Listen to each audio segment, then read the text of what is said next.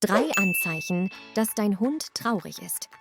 Erstens, starke Veränderungen im Verhalten. Wenn dein Hund plötzlich weniger spielt, sich zurückzieht oder ungewöhnlich ruhig ist das wahrscheinlich ein Zeichen für Traurigkeit. Zweitens, Appetitlosigkeit. Ein trauriger Hund kann das Interesse am Fressen verlieren. Wenn du bemerkst, dass der Napf unberührt bleibt, solltest du aufmerksam werden. Drittens, vermehrtes Schlafen bzw. Rastlosigkeit. Ein trauriger Hund kann mehr schlafen als üblich oder das Gegenteil, unruhig und rastlos sein.